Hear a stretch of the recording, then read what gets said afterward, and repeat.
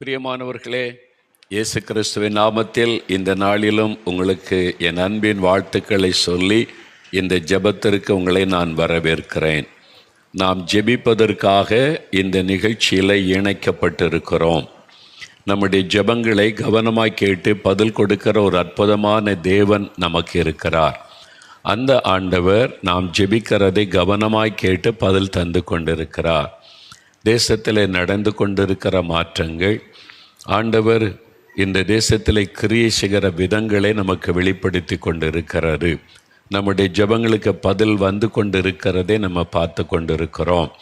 ஆகவே சோர்ந்து போகாமல் எப்பொழுதும் ஜெபிக்க வேண்டும். இதில் 2 விதமான ஜெபங்களை ஏறெடுக்கிறோம். முதல் பகுதியில் நமக்காக, நம்முடைய சுகம், நம்முடைய விடுதலை, நம்முடைய ஆசீர்வாதம், அதுக்காக ஜெபிக்கிறோம். ஆண்டவருடைய நாமத்தை மனதார நம்ம துதிக்கும்போது ஒரு பெரிய சந்தோஷம், மன மகிழ்ச்சி உண்டாகும். சரி, இப்போது சாட்சிகளை நமக்கு பார்க்க, சில சாட்சிகளை நான் வாசித்த பிறகு 2 சாட்சிகளை வீடியோவில் நீங்கள் பார்க்க போகிறீங்க. அப்புறம் ஒரு 5 நிமிடம் ஜெப நேரம். இந்த 5 நிமிட ஜெபத்திலேயே ஆயிரக்கணக்கான மக்களுக்கு ஆண்டவர் அற்புதம் செய்து விடுகிறார். உண்மையாக விசுவாசத்தோடு ஜெபிக்கிறவங்களுக்கு அற்புதம் நடக்கிறதை பார்க்க முடிகிறாரு. இப்போது சில சாட்சிகளை நான் வாசிக்கிறேன். சகோதரர் சொக்கலிங்கம், புதுக்கோட்டையிலிருந்து சொக்கலிங்கம் என்கிற ஒரு சகோதரர் எழுதியிருக்கிறாங்க. எனக்கு கடந்த 6 வருடமாக சரியான தூக்கம் இல்லை. நான் பகலிலே தூங்கினாலும் இரவில் தூங்கினாலும் தூங்கி கொண்டிருக்கும்போது யாரோ என்னை எழுப்புவது போல் இருக்கும். விழித்து பார்த்தால் யாரும் இருக்க மாட்டார்கள். யாரோ அருகில் இருந்து பேசுவதைப் போல எனக்கு கேட்கும். திரும்பி பார்த்தால் யாரும் இருக்க மாட்டார்கள். இதையெல்லாம் மீறி நான் தூங்கிவிட்டாலும் கெட்ட கனவுகள் வந்து எழுந்து விடுவேன். அடிக்கடி என் கை கால்கள் தலை கூட வீங்கிவிடும். இந்த பிரச்சனை எனக்கு 6 வருடமாக இருந்ததினால் சரியாக வேலைக்கு கூட செல்ல முடியவில்லை. ஒரு நாள் எங்கள் கிராமத்திற்கு சுவிசேஷம் அறிவிக்க ஊழியர்கள் வந்தார்கள். ஒருவர் என்னிடம் இயேசு விடுவிக்கிறார் பத்திரிகை ஒன்றை வாசியுங்கள் என்று கொடுத்துவிட்டு சென்றார். நான் அதை வாசித்து பார்த்துவிட்டு அதில் உள்ள 4ஆவடி 24 மணி நேர ஜெப மையத்தின் தொலைபேசி எண்ணிற்கு தொடர்பு கொண்டு நான் பேசினேன். ஒரு சகோதரி ஆறுதலாக என்னை விசாரித்து என்னுடைய பிரச்சனைக்காக பாரத்தோடு ஜெபம் செய்தார்கள்.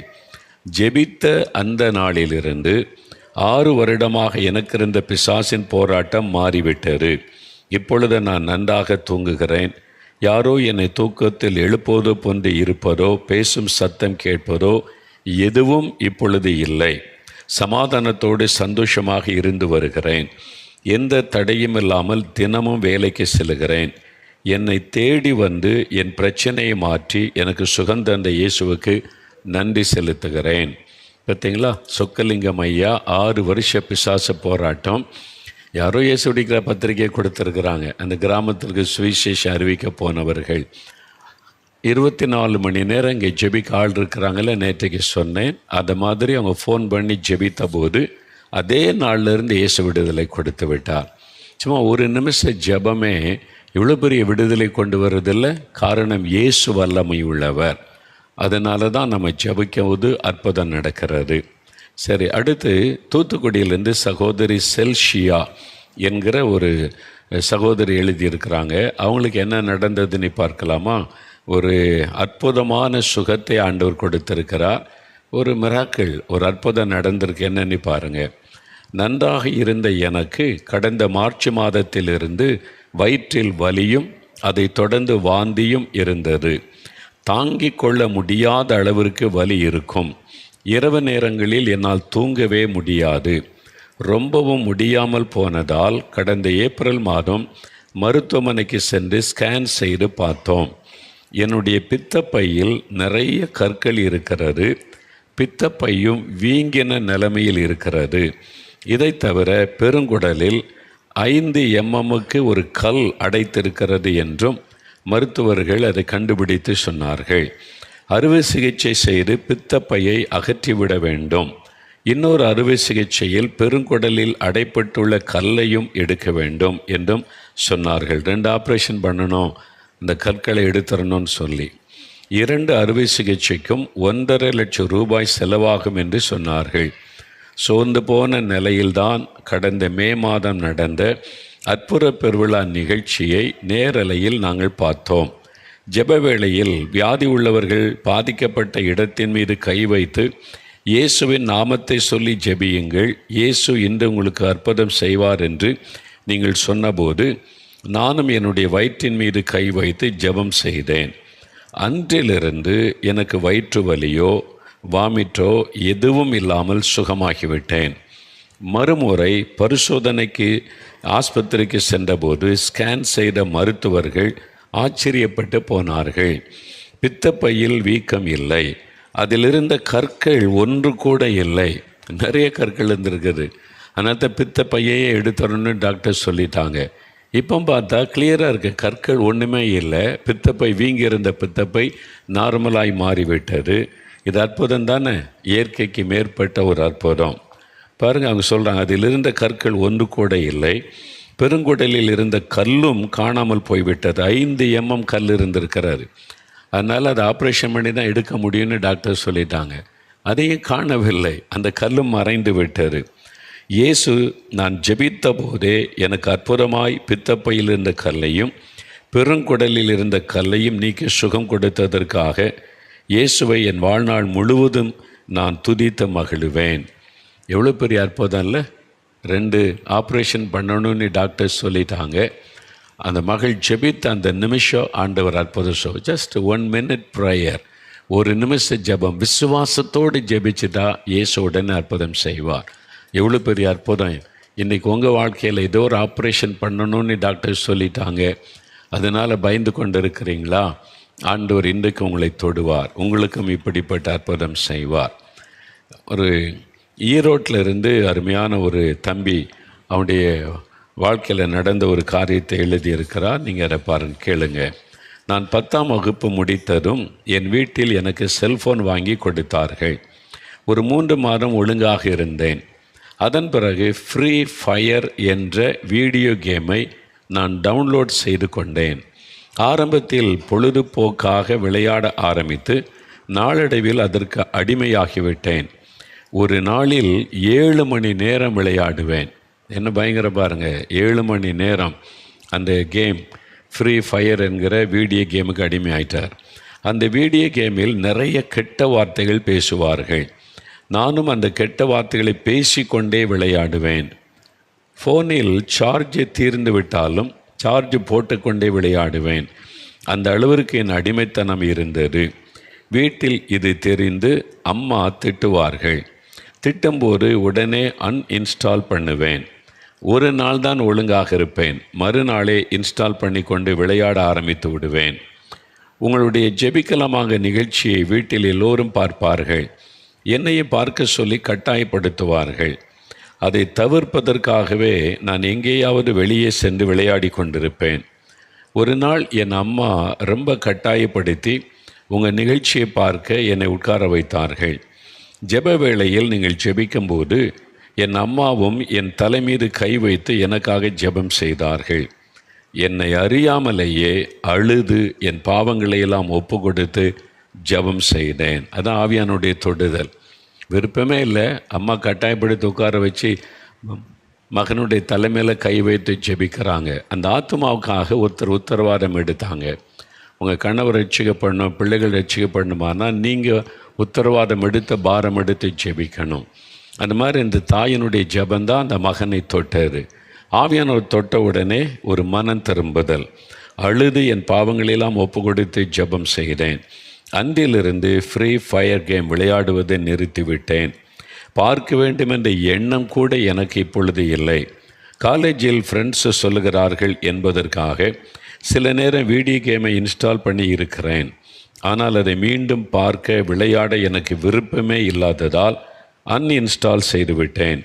இப்பொழுது எந்த கெட்ட வார்த்தையும் பேசாமல் நல்ல ஒரு கிறிஸ்தவ வாலிபனாக வாழ்ந்து வருகிறேன். தினமும் 2 மணி நேரம் தனி ஜெபம் செய்து வருகிறேன். சீர்கெட்டு போன என் வாழ்க்கையை நான் ஒப்பு கொடுத்து ஜெபித்த போது மீண்டும் நிலைநிறுத்தின இயேசுவுக்கு நான் நன்றி சொல்லுகிறேன். எவ்வளோ அற்புதமாக ஆண்டு ஒரு வாலிபனுடைய வாழ்க்கையை மாற்றியிருக்கிறார் பார்த்தீங்களா? இன்றைக்கு உங்களுக்கு ஒரு விடுதலை தேவை. வாலிப தம்பி, வாலிப மகளே, ஏதோ ஒரு காரியம் அடிமையாக்கி வைத்திருக்குது. உங்கள் அப்பா அம்மாக்கிட்ட சொல்ல முடியல, யார்கிட்டையும் பகிர்ந்து கொள்ள முடியல, தப்பாக நினைப்பாங்களோன்னு தப்புன்னு தெரிந்து விட முடியல. இன்றைக்கு உனக்கு ஒரு விடுதலையின் நாள். இந்த மகனைப் போல நீ ஒப்பு கொடுத்து ஜெபிச்சிட்டா அந்த கட்டுகளை அறுக்கப்பட்டு உனக்கு விடுதலை உண்டாக்கிவிடும். இன்னொரு சாட்சி, சகோதரி லில்லி ராணி திண்டுக்கல். இவங்களுக்கு ஒரு அற்புதம் நடந்திருக்கு பாருங்களேன். நாங்கள் ரோமன் கத்தோலிக்க திருச்சபையை சேர்ந்தவர்கள். ஜெபம் என்றால் பிதா குமாரன் பரிசுத்தாவி என்று மட்டும்தான் எனக்கு சொல்ல தெரியும். எனக்காக அதிகபட்சம் 2 நிமிடம் ஜெபம் செய்திருக்கிறேன். அதை தவிர எனக்கு ஒன்றும் தெரியாது. உங்களுடைய ஜெபிக்கலாமாக நிகழ்ச்சியை பார்த்த பிறகுதான் ஜெபத்தை பற்றி தெரிந்து கொண்டு தொடர்ந்து தேசத்திற்காகவும் மற்றவர்களுக்காகவும் ஜெபிக்க ஆரம்பித்தேன். 10 நிமிடத்தில் தொடங்கிய என் ஜெபம் நாளடைவில் 2 மணி நேரம் ஜெபிக்கும் அளவிற்கு மாறியது. இல்லைங்களா? முதல்ல 10 நிமிஷம் தான் ஜெபிக்க ஆரம்பித்தாங்க. அதான் சொல்லுவது, நீங்கள் இதுவரை ஜெபிக்காட்டா ஜெபிக்க ஆரம்பிச்சிருங்க. 10 நிமிஷம் ஆரம்பிங்க, ஜெபம் பண்ணுங்க.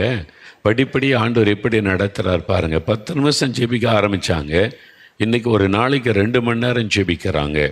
அந்த மாற்றத்தை ஆவியானவர் செய்கிறார். கடந்த 2 வருடமாய் என்னுடைய 2 மணிக்கட்டு பகுதியில் நெல்லிக்காய் அளவிற்கு எலும்புகள் வளர்ந்திருந்தது. அந்த 2 மணிக்கட்டு பகுதியில் 2 நெல்லிக்காய் அளவிற்கு எலும்புகள் வளர்ந்திருந்தது. அது நன்றாக வெளியே தெரியும். வலி எதுவும் இல்லை, ஆனால் எலும்புகள் தனியாக தெரிவது வித்தியாசமாக இருக்கும். மேலும் கடந்த 6 மாதத்திற்கு முன்பாக என் காதுக்கு பின்புறம் ஒரு சின்ன கட்டி வந்தது. வலி எதுவும் இல்லை, ஆனாலும் மருத்துவர்கள் பயாப்சி செய்து பார்க்க வேண்டும் என்று சொல்லியிருந்தார்கள். பயாப்சி அனுப்புவது எனக்கு பயமாக இருந்தது. ஆதலால் ஜெபிக்கலமாக நிகழ்ச்சியின் ஜெப வேளையில் காதின் பின்புறமும் மணிக்கட்டு மீதும் கை வைத்து ஜெபம் செய்தேன். பெரிய ஆச்சரியம், இயேசு 2 கட்டிகளையும் மறைய செய்துவிட்டார். மிகப்பெரிய அற்புதம். வியாதி சுகமாகுது, அதெல்லாம் அதுவும் அற்புதம் அவங்கவுங்களுக்கு. ஆனால் விசேஷமான ஒரு அற்புதம், பாவக்கட்டிலிருந்து ஒரு மனிதன் விடுதலை பெறுவது. 30 வருஷம் குடிங்க, சம்பாதிக்கிற ஒரு பைசா வீட்டுக்கு வருவதில்லை. அந்த சகோதரி சொல்கிறாங்க பாருங்க, ஒரு நாள் கூட நிம்மதியில் 30 வருஷமா. ஆனால் இயேசுடைய பிரசன்னத்தில் ஒரு நாள் வந்தாங்க. அவர் 50,000 பேர் இருக்கிற கூட்டத்துக்குள்ளே உட்கார்ந்து தாக்காரு. அங்கே தொடப்படுகிறார், கண்ணீரோட மனம் திரும்புகிறார். எப்படிங்க அந்த மாற்றம்? அதான் ஆவியானவருடைய கிரியை. பரிசுத்த ஆவியானவர் தொடும்போது ஒரு மனம் திரும்புதல் உண்டாகுது. ஆவியானவர் எங்கோ அங்கே விடுதலை உண்டாயிற்று. அன்றையிலேருந்து குடிக்க முடியலைங்க, குடிக்கலை, அந்த விருப்பமே இல்லை. 30 வருஷம் முடியுமா? ஒரே நாள் அப்படி மாற்றம் வர முடியுமா? அதான் அற்புதம். That is miracle. இயேசுவால் தான் இந்த அற்புதத்தை செய்ய முடியும். நீங்கள் மற்ற இடத்துக்கு போனீங்கன்னா, குடிநோயிலேருந்து உங்களுக்கு சுகம்னா ட்ரீட்மெண்ட் இவ்வளோ நாள் தங்கி இருக்கணும், நாங்கள் இன்ஜெக்ஷன் போடுவோம், அங்கே தங்கி இருக்கணும், பிடிக்கும், பல காரியெல்லாம் செய்வாங்க. இயேசுக்கிட்ட அப்படிலாம் கிடையாது. ஒரே ஒரு தொடுதல், எனக்கு விடுதலை வேணும் ஆண்டவரே, என் பாவத்தை மன்னித்து விடுதலை கொடுங்க, நீ ஜெபிச்சா போதும். இப்போவே உங்கள் வீட்டில் இருந்தே ஜெபம் பண்ணுங்க, உங்களுக்கு விடுதலை உண்டாயிரும். அப்படி ஆண்டவர் உங்களை தொடுவார். இதெல்லாம் என்ன காரியம் தெரியுமா? நம்ம ஜெபிக்கிறோம்ல, அந்த குடிப்பழக்கத்தில் இருக்கிறவங்க விடுதலை பெறணும் ஆண்டவரே நீ ஜெபிச்சோல்ல, நம்முடைய கண்ணீருக்கு தெய்வன் பதில் கொடுத்து கொண்டு இருக்கிறார். எவ்வளோ பெரிய சந்தோஷம் இல்லை? பரலோகத்தில் அந்த ஐயாவுடைய பெயர் எழுதப்பட்டு பெரிய ஒரு மகிழ்ச்சி. இன்னொரு சாட்சி பாருங்கள். இது பாவத்திலேருந்து விடுதலை பெற்ற சாட்சி, வியாதியிலேருந்து விடுதலை பெற்ற ஒரு சாட்சியை நீங்கள் கேட்க போகிறீங்க. சகோதரி ஸ்டெஃபி விக்டோரியா திண்டுக்கல், அங்கேருந்து அவங்க சாட்சியை பாருங்கள். இயேசு செய்த அற்புதத்தை பார்த்தீங்களா? 15 வருஷம் ஸ்பைனல் கார்டில் வலி, 24 மணி நேரமும் வலிச்சுக்கிட்டே இருக்குமா. ஒரு நிமிஷம் கூட வலி இல்லாத நேரம் இல்லை. எவ்வளோ வேதனை இல்லை?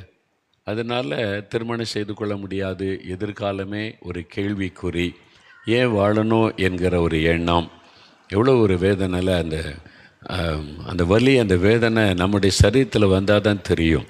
அதுவும் 15 வருஷமாக அந்த வேதனை எவ்வளோ கஷ்டம். நீங்கள் சாதாரணமாக அந்த மகள் சொன்னதை கேட்டோம். நீங்கள் யோசித்து பாருங்கள், அந்த எலும்பில் உண்டாகிற அந்த வலி 24 மணி நேரமும் நிற்க முடியல, உட்கார முடியல, எழும்ப முடியல. என்ன ஒரு கொடூரமான ஒரு காரியம், வியாதியின் வேதனை. ஆனால் இயேசு அந்த மகளுடைய வேதனையை பார்த்தார். தாயார் பாரம் எடுத்த மகளுக்கு ஆட்சேபிக்கிறாங்க. ஆண்டவர் பாருங்கள், இயேசு கிறிஸ்து. ஏதோ மோகன்லால் சார் நீங்கள் மந்திரவாதியை பார்த்துறாதங்க, இங்கே மந்திரவாதிலாம் கிடையாது. இயேசு கிறிஸ்துவுக்கு மந்திரவாதிலாம் தேவையில்லை. இயேசு அற்புதமானவர். இது எப்படி நடக்குதுங்க? பேரை சொல்கிறார் ஆண்டவர், வாலிப மகள்னு சொல்கிறாரு, வியாதியும் சொல்லுகிறார், நீ எதிர்காலத்துக்கு பயப்படுறதையும் சொல்லுகிறார். இப்போ அவனை தொடுறாரு இயேசுன்னு சொல்கிறாரு, சுகம் உண்டாகுதுன்னு சொல்கிறாரு, சுகமாயிருது. இது எப்படி? அவங்க எங்கே இருக்கிறாங்க? அவங்க திண்டுக்கல்ல இருக்காங்க. 4 மாவட்டத்துலேருந்து ஜெபம் நடக்குது. கொஞ்சம் கற்பனை மூளையில் ஏதாவது விளங்குதான்னு பாருங்க, விளங்காது.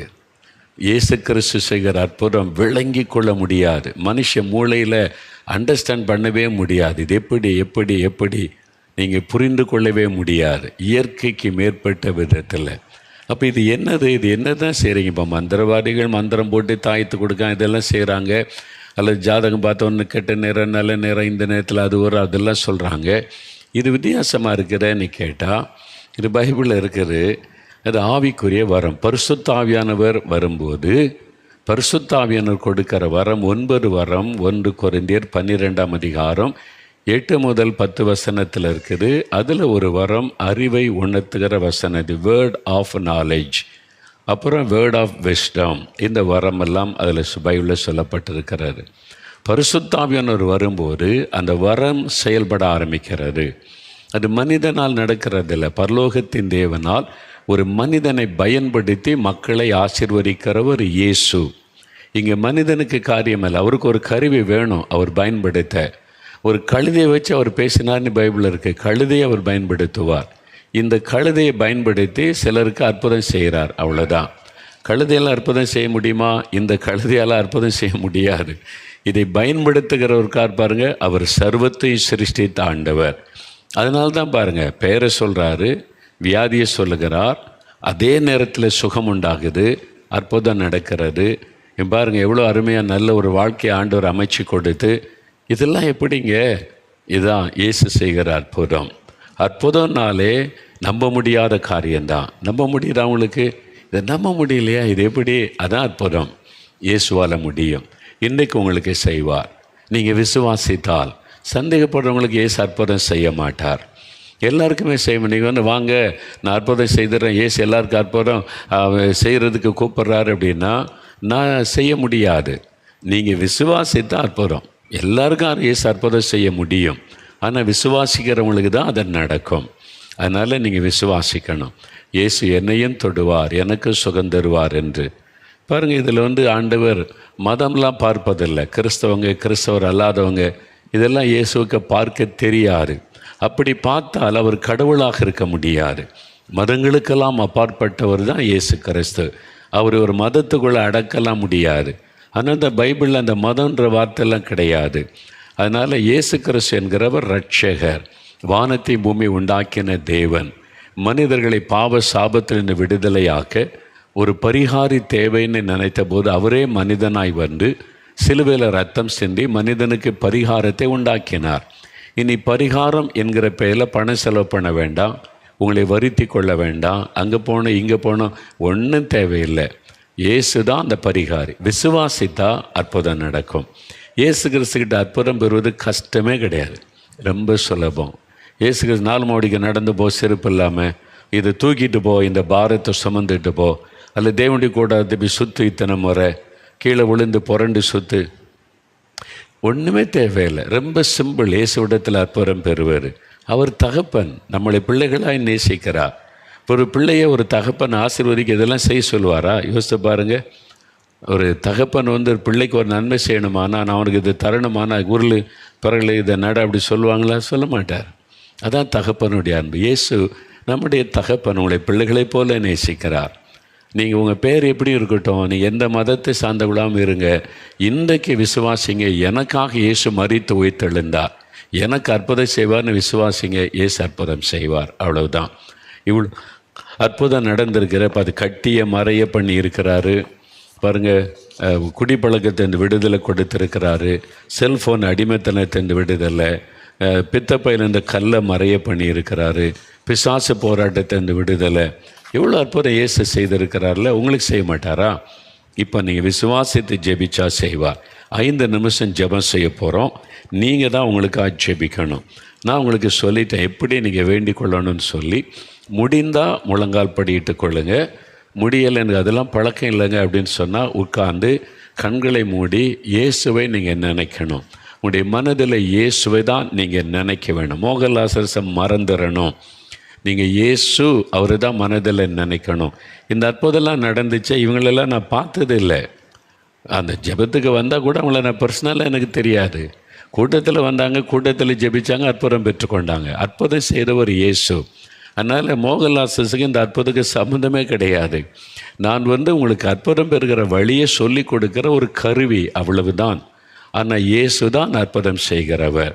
அதனால தான் அந்த மாதிரி ஊழியக்காரனை தொட்டுலாம் கும்பிடக்கூடாது. சிலர் அந்த தவறை செய்து, அதுவும் இந்துக்களுங்க வருவாங்க செபிக்க, அவங்க ரொம்ப பக்தி உள்ளவங்களா அன்புள்ளனால கடவுளை பற்றி சொல்கிறவங்களையும் கடவுளாக நினைப்பாங்க. உடனே காலில் விழுவாங்க. அவங்களுக்கு சொல்லி கொடுப்போம், அப்படி கும்பிடக்கூடாது, மனிதனுடைய காலில் விழுந்து வணங்கக்கூடாது, மனிதனை கனப்படுத்தலாம், தோத்திர சொல்லலாமே தவிர தொட்டு கும்பிட்டு கடவுள் ஆக்கக்கூடாது. அப்படியாயா சரின்னு சொல்லுவாங்க. ஏன்னா அவங்களுக்கு தெரியாது. அவங்க அதே மாதிரி ப்ராக்டிஸில் வந்தவர்கள். சில கிறிஸ்தவர்களும் இதை செய்வாங்க. அப்படியே தொட்டு கும்பிட்றது. மனுஷனை தொட்டுலாம் கும்பிடக்கூடாது, மனிதனை விக்கிரகமாக்கக்கூடாது.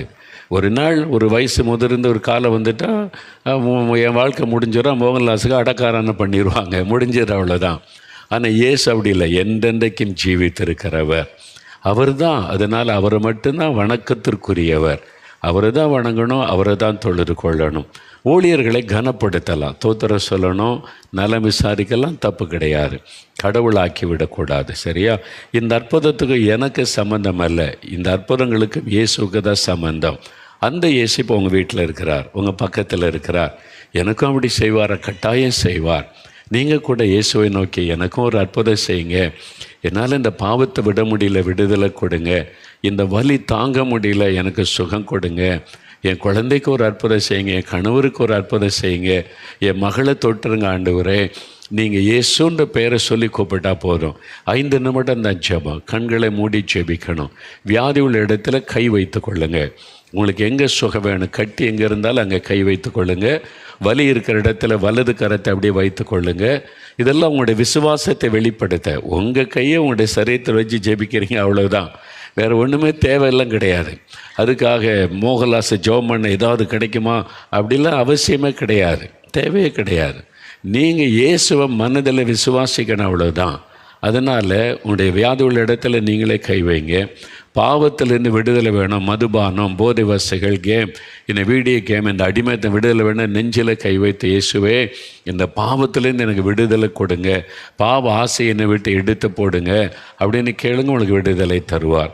வலி உள்ள இடம், வேதனை உள்ள இடத்துல கை வைங்க. அல்லது பக்கத்தில் வீட்டில் உள்ளவங்க கை வைத்து ஜெபம் பண்ணுங்க. அவங்க தலையில் கை வைக்கலாம், அல்லது அவங்க மேலே நீங்கள் தொட்டி ஜெபிக்கணும், அவ்வளோதான். குழந்தை செல்வ வேணும்னா கணவன் மனைவி கை கோர்த்து ஜெபம் பண்ணுங்க, உருமானப்படணும். எங்களை குடும்ப வாழ்க்கையை ஆசீர்வதிங்க, எங்களுக்கு ஒரு குழந்தை செல்வத்தை தாங்க, உமக்காக வளர்க்க தாங்கன்னு கேளுங்க. அது மாதிரி மகன் இல்லை மருமகள் தான் இருக்கிறாங்க, நீங்கள் கை வைத்து ஜெபம் பண்ணுங்க. சின்ன பிள்ளைகள் கூட உங்கள் அம்மாவுக்கு அப்பாவுக்கு ஜெபிக்கலாம். சின்ன குட்டி பிள்ளைகள் ஜெபித்தா கூட ஏசப்பா ஜெபத்தை கேட்பாங்க. நீ சின்ன பிள்ளை, உனக்கு ஒன்றும் தெரியாத பிள்ளை சொல்ல மாட்டாங்க, எங்கள் அம்மாவுக்கு சுகம் கொடுங்க அப்படின்னு ஜெபிச்சு பாருங்கள், உங்கள் ஜெபத்தை கேட்டு அற்புதம் செய்வார். இப்போ நீங்கள் கை வைத்து கொள்ளுங்கள், கண்களை மூடி இயேசுவை நினைத்து ஜெபிக்கணும். ஜெபிக்கலாமா? முதல்ல இயேசுவே உமக்கு ஸ்தோத்திரம்னு சொல்லுங்கள். இயேசுவே உமக்கு ஸ்தோத்திரம், என் ஜெபத்தை கேட்கிறதற்காய் ஸ்தோத்திரம். எனக்கு பக்கத்தில் நீங்கள் இருக்கிறீங்க, எங்கள் வீட்டில் நீங்கள் இருக்கிறீங்க, எங்கள் பக்கத்தில் நீங்கள் வந்திருக்கிறீங்க. எனக்கு ஒரு அற்புதம் வேணும், ஒரு சுகம் வேணும், விடுதலை வேணும், என்னுடைய கண்ணீர் துடைக்கப்படணும், என் குழந்தைக்கு சுகம் வேணும், எனக்கு இந்த பாவத்தில் இந்த விடுதலை வேணும். ஜெபம் வாய் திறந்து கேளுங்க. இயேசுவே விடுதலை கொடுங்க, இயேசுவே எனக்கு சமாதானம் கொடுங்க, இயேசுவே எனக்கு இந்த பாவ பழக்கத்தை இந்த விடுதலை தாங்க, இயேசுவே என் நோயை குணமாக்குங்க, வலியை மாற்றுங்க, எலும்புகளை தொடுங்க, என் நரம்புகளை தொடுங்க, என் கண்களை தொடுங்க, ஜெபம் பண்ணுங்க, ஜெபம் பண்ணுங்க, ஜெபம் பண்ணுங்க. இயேசுவே தொடும், இயேசுவே குணமாக்கும், இயேசுவே அற்புதம் செய்யும். நீங்கள் ஜெபிக்க ஜெபிக்க ஆண்டவருடைய வல்லமை தொடுகிறாரு. இயேசுவே என்னைக்கும் ஒரு அற்புதம் செஞ்சிருங்க, எனக்கும் ஒரு விடுதலை கொடுங்க, என்னால் தாங்க முடியல, வேதனை வலி தாங்க முடியல ஆண்டவரே, எனக்கும் ஒரு அற்புதம் செய்யுங்க. முதுகுத்தண்டில் வலி, ஸ்பைனல் கார்டில் வலி, பக்கவாதத்தில் நான் கஷ்டப்படுறேன், முடக்குவாதத்தினால விரலெல்லாம் வலிக்குது, ஜாயிண்டெல்லாம் வலிக்குது. இயேசுவே என் பாவத்தை மன்னிச்சு எனக்கு சுகம் கொடுங்க அப்படின்னு கேளுங்க. கேளுங்க, ஆண்டவர் தொடுகிறார். கண்மணி, கண்மணி என்கிற ஒரு மகள் ஜெபிக்கிறீங்க. நீங்களும் முதுகுத்தண்டில் தெய்வீதமாய் வலியில் கஷ்டப்பட்டு கொண்டு இருக்கிறீங்க. ராத்திரியில் நீங்களால் நேராக படுத்து தூங்க முடியாது, தலகணை வச்சு சரிஞ்சு உட்கார்ந்து தான் நீங்கள் தூங்குறீங்க. அந்த அளவிற்கு உங்களுடைய முதுகுத்தண்டில் வலி பிரச்சனை. இப்போ கண்ணீரோடு ஜெபிக்கிறீங்க. இந்த மகளுக்கு சுகம் கொடுத்தீங்களே, இயேசுவே எனக்கும் ஒரு அற்புதம் செய்யுங்கன்னு கேட்குறீங்க. கண்மணி என்கிற அந்த மகள், இயேசு உங்களை தொட்டு குணமாக்குகிறார். மகளே, உன் கண்ணீரை இயேசு கிறிஸ்து கண்டார். அவருடைய தழும்புள்ள கரமுடைய முதுகுத்தண்டை தொட்டு குணமாக்குகிறது. இயேசுவின் நாமத்தில் சுகத்தை பெற்றுக்கொள்கிறீங்க. இயேசுவுக்கு நன்றி சொல்லுங்க, நன்றி சொல்லுங்க. ஜெயக்குமார், ஜெயக்குமார் என்கிற ஒரு சகோதரர் ஜெபிக்கிறீங்க. உங்களுக்கு கழுத்து எலும்பில் வலி, கழுத்தை திருப்ப முடியல, கழுத்தை நீங்கள் படுக்கும்போது மரண வேதனைப்படுகிறீங்க. கழுத்து எலும்பு, அப்படிங்களுடைய கழுத்தின் பின்பகுதி எலும்பில் ஸ்பைனல் கார்ட் ஜாயிண்டில் வலி, அதனால் ஒரு மரண வேதனை. இயேசுவே எனக்கும் ஒரு சுகம் கொடுங்க, என் பாவத்தை மன்னிச்சிருங்க, நான் உங்களை பரிகாசம் பண்ணியிருக்கிறேன், நம்ப மாட்டேன்னு சொல்லியிருக்கிறேன், என்னை மன்னித்து சுகம் கொடுங்கன்னு ஜெபிக்கிறீங்க. இயேசு உங்களை தொடுகிறார். அந்த எலும்பில் இருக்கிற வலி மாறுகிறது. இதுவரைக்கும் நீங்கள் செய்த பாவங்களை மன்னித்து அவர் குணமாக்குகிறார். இனி பாவம் செய்யாதிருங்கள் என்று இயேசு உங்களுக்கு சொல்லுகிறார். ஆண்டவர் தொட்டு கொடுத்த விடுதலைக்காக ஸ்தோத்திரம். ஆண்டவரை மகிமைப்படுத்துங்க. ஆண்டவருடைய அற்புதத்தை பெற்றுக்கொள்ளுறீங்க. பிரிய தர்ஷினி, ஆண்டவருடைய கரம் உன்னை தொடுகிறது மகளே. பிரிய தர்ஷினி, உன்னுடைய அடி வயிற்றில் உண்டாகிற வலி, அது தாங்க முடியாத வலியாக இருக்கிறது. ஒரு குறிப்பிட்ட பொசிஷனில் உட்கார்ந்தாதான் வலி இல்லை, மற்ற எல்லா சமயமும் வலி உண்டாகுது. அதனால் உட்கார்ந்தே இருக்கணும்னு தோன்றுகிறது. இந்த வேலையை செய்ய முடியல, கடமை நிறைவேற்ற முடியல, கலங்கி நிற்கிற மகளே, நான் மரித்து போனால் நல்லது, நான் மற்றவர்களுக்கு பாரமாக இருக்கிறேனேன்னு வேதனைப்படுகிறீங்க. ஆண்டவருடைய கரம் உன்னை தொடுகிறது மகளே. அந்த அடி வயிற்றிலே உண்டான அந்த வலி, அதற்கு காரணமாக இருக்கிற பொல்லாத ஆவியின் கிரியை இயேசுவின் நாமத்தில் அழிக்கப்படுகிறது. இன்றைக்கு உனக்கு இயேசுவின் நாமத்தில் விடுதலை மகளே. இயேசுவுக்கு ஸ்தோத்திரம் என்று ஆண்டவரை மகிமைப்படுத்துங்க. அவருடைய தழும்புகளால் நீங்கள் குணமாகிறீங்க. பாலாஜி, பாலாஜி என்கிற ஒரு பெயரை என் கண்முன்னால் ஆண்டவர் நிறுத்துகிறார். ஒரு சகோதரர், ஆண்டவர் பாலாஜி என்கிற சகோதரர், இதெல்லாம் உண்மைதானா? இப்படிலாம் நடக்க முடியுமா? அப்படின்னா எனக்கும் ஒரு அற்புதத்தை இந்த இயேசு செய்வாரா அப்படின்னு சொல்லி நீங்கள் நினைத்து ஜெபிக்கிறீங்க. இயேசுவே எனக்கும் ஒரு அற்புதம் செய்யுங்க அப்படின்னு நீங்கள் கேட்குறீங்க. நீங்கள் பாவத்தை மன்னித்து சுகம் கொடுக்குறவன்னு சொல்கிறாங்க. என் பாவத்தை கூட மன்னிச்சிருங்க, உங்களுக்கு கூட நான் வெறுத்திருக்கிறேன், என் பாவத்தை மன்னித்து எனக்கு ஒரு அற்புத சுகம் கொடுங்கன்னு ஜெபிக்கிறீங்க. இயேசுடைய தழும்புள்ள கரம் உங்களை தொடுகிறது. உங்களுக்கு வயிற்று பகுதியில் ஒரு காந்தல், நெருப்பை பற்றி எரிகிற மாதிரி காந்தல், ஒவ்வொரு முறை சாப்பிடும்போதும் ஒரு வேதனை, பயம், சாப்பிட்ட உடன் அந்த காந்தல் வருகிறது. குடல் பகுதியில் எரிச்சல் வருகிறது. எவ்வளவோ மருந்து மாத்திரை என்ன ஒன்றுமே இல்லைன்னு மருத்துவர்கள் சொல்கிறாங்க. ஆனால் அந்த வேதனை தாங்க முடியலைன்னு சொல்லி ஜெபிக்கிறீங்க. இயேசுவின் தழும்புள்ள கரங்களை தொட்டு குணமாக்குகிறது. இயேசுவின் நாமத்தில் விடுதலை பெற்றுக்கொள்கிறீங்க. இயேசுவுக்கு நன்றின்னு சொல்லுங்கள். வாய் திறந்து இயேசுவே உமக்கு ஸ்தோத்திரம், நீர் கொடுத்த சுகம் விடுதலைக்காக நன்றி அப்படின்னு சொல்லுங்கள். வாய் திறந்து சொல்லுங்கள். இயேசுவின் தழும்புகளால் நீங்கள் குணமாக்கப்படுகிறீங்க. இயேசுவுக்கு நன்றி, இயேசுவுக்கு நன்றி, இயேசுவுக்கு நன்றி. பூஜா என்கிற ஒரு வாலிப மகள், பூஜா, உன்னுடைய பெயர் பூஜா. ஆண்டவருடைய கரம் உன்னை தொடுகிறது மகளே. நீ ரொம்ப பக்தி உள்ள மகள், தெய்வத்தின் மேலே பக்தி வைத்து நீ தெய்வத்தை தேடுகிற மகள். ஆனாலும் உன் வாழ்க்கையில் ஒரு பொல்லாத வியாதி தாக்கி மரண வேதனை, பயம் உன் உள்ளத்தில் காணப்படுகிறது. நான் இவ்வளோ பக்தியாக தெய்வத்தை தேடுறேனே, ஏன் எனக்கு கடவுள் உதவி செய்யலைன்னு சில சமயம் நீ கலங்குகிறாய், வேதனைப்படுகிறாய். இப்போ மெய்யான ஆண்டவர் இயேசு கிறிஸ்து பக்கத்தில் நிற்கிறார். அவருடைய தழும்புள்ள கரம் உன்னை தொடுகிறது மகளே பூஜா.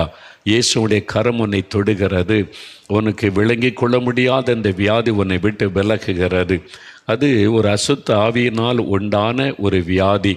அந்த பொல்லாத வியாதியை கொண்டு வந்த ஆவி இயேசு கிறிஸ்துவின் நாமத்தில் உன்னை விட்டு விலகுகிறது. இன்றைக்கு உனக்கு விடுதலை மகளே. இயேசுடைய கரம் தொட்டதற்காக இயேசுவே ஸ்தோத்திரம். நீ மகிமைப்படுத்தி இன்றிலிருந்து மாற்றத்தை காண்பாய். ஆண்டவருக்கு நன்றி, ஆண்டவருக்கு நன்றி. தகப்பனே உமக்கு ஸ்தோத்திரம். ஆண்டவரே, நீர் செய்த அற்புதத்திற்காக உமக்கு நன்றி. தேவராஜ் என்கிற ஒரு ஐயா, நீங்கள் செபிக்கிறீங்க.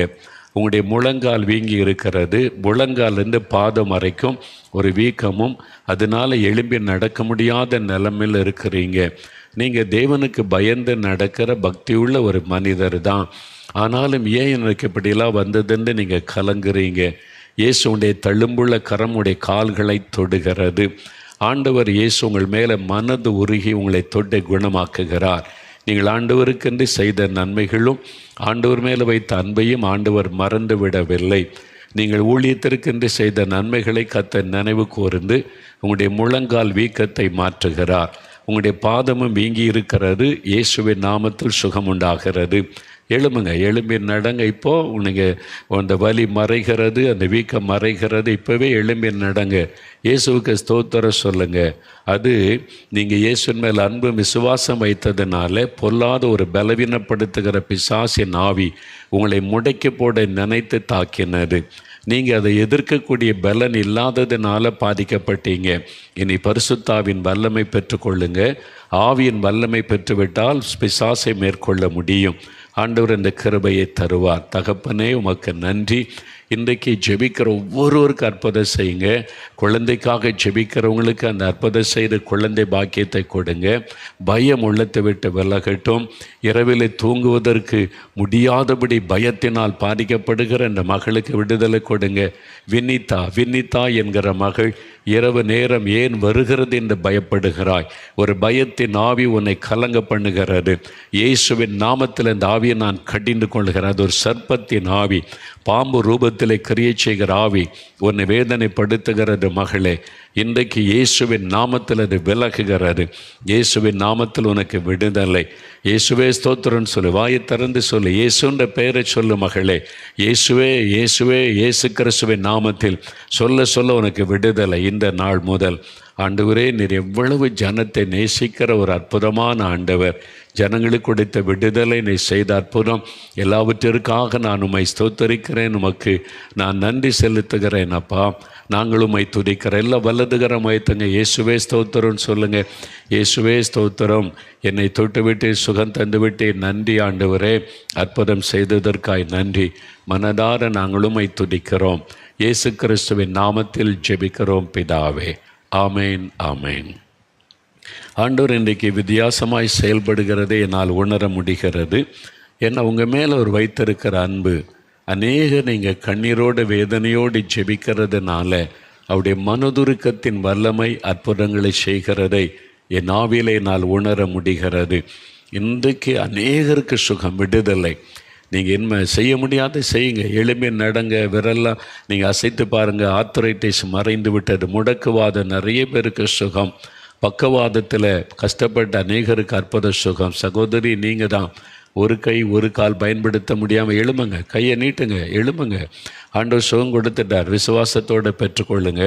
நிறைய பேருக்கு இன்றைக்கி விடுதலை கொடுத்திருக்கிறதை என் ஆவியிலே நான் பார்க்கிறேன். நிறைய பேரை பலவீனப்படுத்தின ஆவி, அது ஒரு பிசாசு. நிறைய பேரை கட்டி வைத்து மக்களை அடிமையாக்கி எனக்காக அதை செய், இதை செய், அதை பண்ணு, இதை பண்ணுன்னு உங்கள் பணத்தை எல்லாம் உறிஞ்சு கொண்டு இருக்கிறாரு. உங்களை வேதனைப்படுத்தி கொண்டு இருக்கிறாரு. இதை செஞ்சால் விடுதலை ஆயிருமா, இதை செஞ்சால் போயிருமான்னு நீங்கள் என்னென்னவோ செஞ்சு பார்க்குறீங்க. அது பிசாசனுடைய தந்திரம். அவன் ஏமாற்றுகிறவன். ஆனால் இன்றைக்கு மெய்யான ஆண்டவர் உங்களை தொட்டு விட்டார். விடுதலை தந்துட்டான். இயேசுவே ஸ்தோத்திரம்னு சொல்லுங்கள். என்னோடு கூட நீங்கள் இருக்கணும் இயேசுவே அப்படின்னு சொல்லுங்கள்.